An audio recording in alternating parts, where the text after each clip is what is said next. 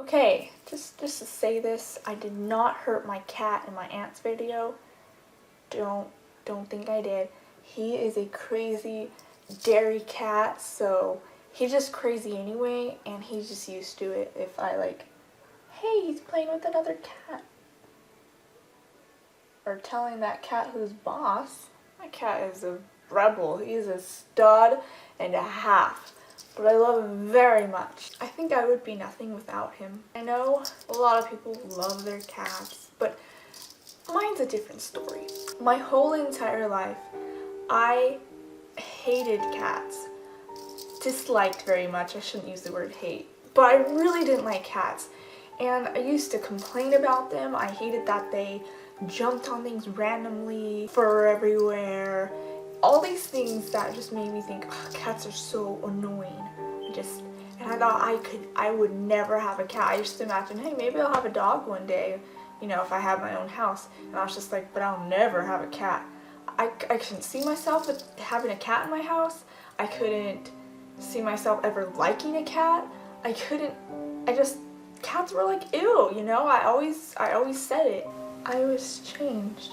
Kinda came along when we had mice problems in this house that I'm in right now. The mice were getting pretty bad because I would hear them in the house and I would see them run across the room randomly. I'm like, oh my gosh, there's a mouse. I hated the mice. I started getting this fear that when I go to sleep at night, I would hear a mouse and it would wake me up. And it did happen a few times, and one time I heard something, so I stood up on my bed. I don't know why I was so scared of these mice because they're much smaller than me. I stood up on my bed and turned on the light, and I heard something, so I threw something at a pile of stuff I had on the side of my bed. And I heard the mouse just run underneath my bed out my door, and I was just like, I don't want to go to bed. So I moved my bed away from the wall, and I found the hole that these mice, you know, chewed their way into my room. It was in the corner, and they just made this big giant little hole. So I covered it with the bottle cap, I cut off the top part, you know, the part you drink out of, and I shoved it in there and I taped it galore. I was like, they're not gonna get through this. They actually did chew through some of my tapes the first time, which is why I did the plastic part. The point is, the mice were getting really bad, and I thought, okay, we're gonna need a cat to stop this because I can't think of any other way. You know, these traps are working for the most part, but more keep coming. One trap was in my room, just by the wall in the corner. I had a frame thing covering it because if it caught one, I didn't want to see it. And I kept hearing something. I was like, oh my gosh, please tell me that's not a mouse. So I moved the frame and it caught one, and the mouse was just going like that, and it caught it by the tail too. And so I had my dad come in and take it out, and he just threw it in the trash can, I guess. And I felt bad for these mice, but they were just so gross, and they were attacking me, okay? What got me to for sure get a cat was one night I was asleep. I really do talk a lot. So as I'm peacefully sleeping at night, I wake up to feeling something crawl across me right here, right across my chest. And I think that I was wearing something that like this, how this shirt is. I think I was wearing, so I felt it on my skin, and that was really gross. I freaked out. My heart was pounding. I was like, oh my gosh, a mouse just ran across me. I got up and I went to my sister's room and just told her about it. She was like, ah! And so I stayed in her room that night because I didn't want to go back to my room. And I don't know, I got this fear of little mice crawling because I don't know where they're at and I can't control them, and that's the problem. So it's a pest. So I go on MySpace, and at the time MySpace was popular, and I type, I need a cat and I need it now. And I gave what I would want in the cat. I want it to be cute and catching mice and a kitty, because I did want to start off with a kitty because I always thought, well, kitties are cute, so maybe I'll like it because it's cute. I finally get a cat through Steven, who his family has a dairy and they always have cats coming in. I was told that he has one that's perfect for me and that he's orange. Unfortunately, I had to wait 6 weeks for him to become old enough. As the 6 weeks were ending, I was getting nervous over having a cat because I've never had one before, and I didn't know if I was ready yet. Apparently at the dairy, he was getting to the point where he could get killed because he's crawling places he shouldn't crawl. Finally, I was just like, okay, bring him over. So Steven brought him, and I named him Venny, which is kind of well, it's not a long story. My friend called Steven Venny as a nickname, so I gave it to the cat, and as a junior, because the cat came from him, I adopted him. Steven would be his dad. The point is, I got this cat, and he was horrible. kitty. He scratched everything. He attacked stuff. He didn't sleep at night. He kept me awake, and it was just like having a baby, only this baby scratches and it's a cat and it's furry.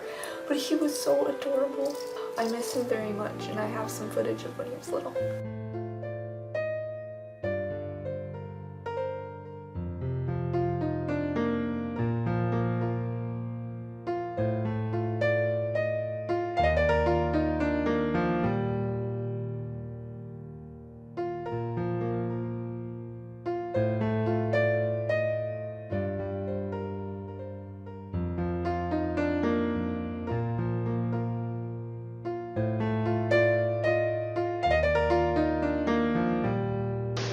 That's my kitty.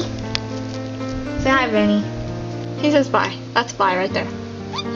There were so many times that I wanted to give him back. I wanted to give him back to Steven because I told him I can't handle him.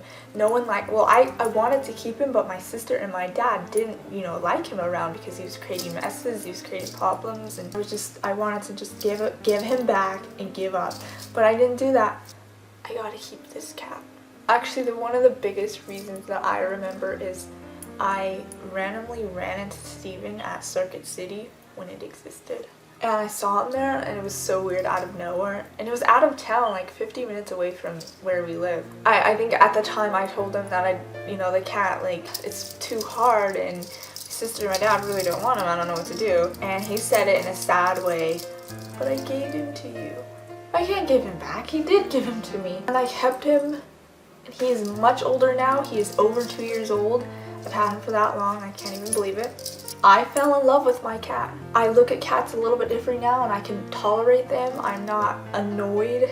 I'm used to it. I understand how cats work now. Although he is a brat sometimes, it's usually when he's roused up and he wants to go outside, and I'm just like, go outside and let your anger out over there, not on my leg right now. He is possibly one of the best gifts I've ever received and the best things that's ever happened to me. And it's so crazy because I really was someone who did not like cats at all. You can ask anyone who knows me from back then.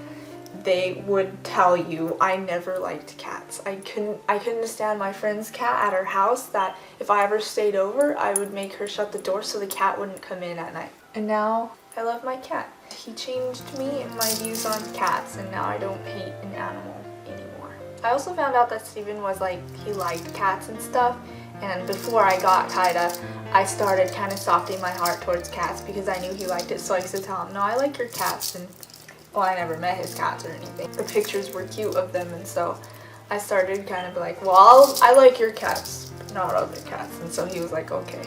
But now I'm okay with most cats. Things change, even in the oddest things, like cat haters.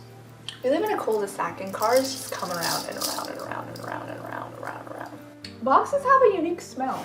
I should have a box photo shoot. I don't know how, but I would just think of something very boxy. Straight to your heart, straight to your heart.